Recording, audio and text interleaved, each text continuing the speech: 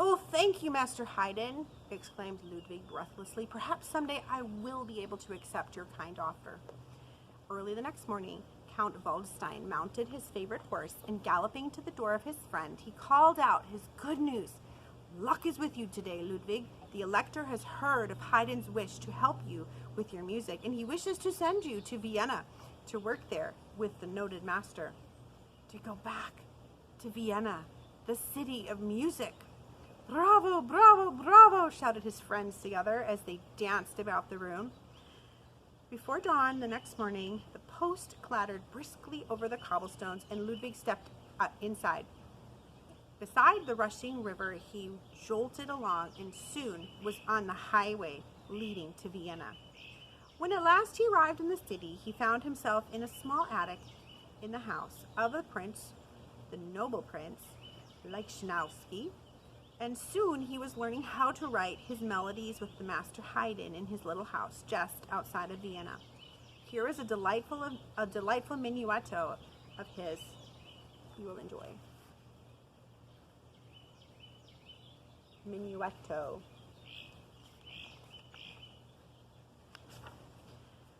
The young pianists of Vienna welcomed Ludwig among them, for they had heard of his fine playing and they were eager to hear him. At once a contest was arranged to see who could improvise the best. "Come, Beethoven, it is now your turn," called the young men when each had finished playing. Improvising means making up music right then and there, on the spot. Quietly, Ludwig took his place at the piano, and with the brilliant musicians leaning breathlessly over the instrument, the little melody grew beneath his fingers, one difficult variation after another, until the young pianists broke into excited applause, crying out in wonder, "A miracle man! Bravo, bravo! Beethoven is the winner!" Shabby clothes would never do now, for there must be dancing lessons as well. So from his precious store of money, Ludwig took just enough to buy black silk stockings, and now with his new flowered cravat, made especially for him by the kind Frau Breuning, he looked like a young nobleman indeed. Often the prince invited him to come down to the palace rooms to play for the royal guests. One evening, after the beautiful compositions were ended, the prince spoke to the young pianist. "Beethoven, you have given me great pleasure with your music, and now I would be happy if you would come live with me here in the palace and conduct my orchestra." Ludwig could hardly believe the words of the nobleman. To live in the palace and lead one of the finest orchestras in all of Vienna? Quietly he gave his answer to the prince. "Thank you, your highness. I would be glad to accept your kind offer." The next day all was settled, and putting his few possessions under his arm, Ludwig left his attic room and made his way downstairs to the richly furnished quarters where special servants were waiting to attend him. He felt like a king indeed, but soon he was at work again, conducting the orchestra, composing, and giving lessons to the pupils who were of the noble families. In the evenings, when there were no concerts at the palace, he liked to walk with his friend Kramer in the beautiful gardens in Vienna and listen to the music played by the orchestra. As the joyous melodies of Mozart came through the dimly lighted trees, Ludwig swayed and danced to them, his arms floating through the air. "Oh, Kramer, Kramer," he cried, "you and I will never make melodies like the master Mozart." Steadily his own compositions did grow, one lovely piece after another, and here is a rondo that you might like to hear. So here they are in the trees, dancing and listening to the melodies. Here's the rondo.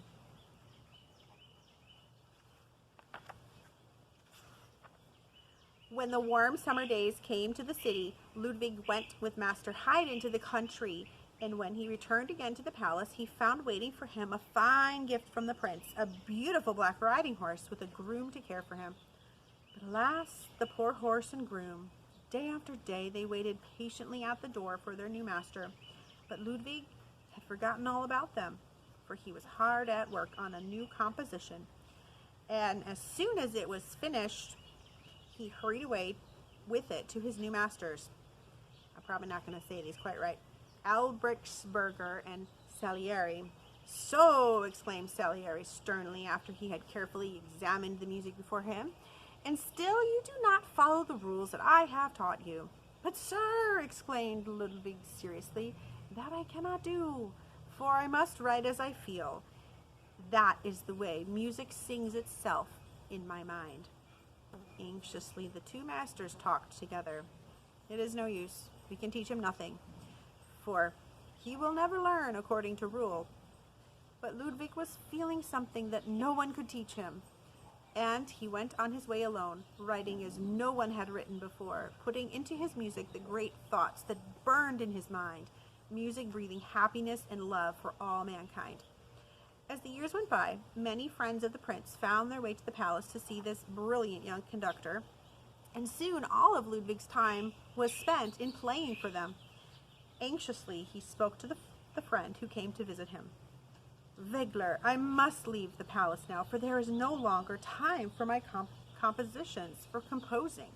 And every day there is dinner at 4, so I must be home in time to put on better clothes and to care for my beard. I cannot stand it any longer. Help me, Wegler, I must go away at once." And quickly packing his belongings, he said goodbye to the prince and moved into a simple little room. He was happy once again, for now no one could disturb him at his composing, and he could go about as he pleased in his old worn clothing. Many times he went back to visit the good nobleman, and when his first concerto was published, he went with it to the palace, and giving the men of the orchestra their parts, he sat at the piano. Together they played the brilliant composition for his kind friend. "Bravo, Ludwig, this music is beautiful," exclaimed the prince heartily. "Now you must play it for the people of Vienna." The practicing began at once, and when there were no mistakes, the concerto was played in the Old Burg Theater, and the applause of the audience rang throughout the hall. To think that the people liked his music, Ludwig was so happy that he decided to travel to other large cities and to give concerts. Off he started, and arriving in Berlin, he delighted the audiences there with his fine playing. On to Leipzig he journeyed, where the king received him graciously, inviting him to play at his royal court and presenting him with a beautiful ring when the concert was over. But Ludwig was glad to return to Vienna, where his good friends eagerly welcomed him. "Welcome, Ludwig, welcome home," they cried, leading him through the streets to his room. A fine hot supper was waiting, with instruments made of pastry as a surprise, and around the room went the jolly merrymakers, singing at the tops of their voices as they played on their toy instruments, gobbling them up when the procession had ended. Here they are.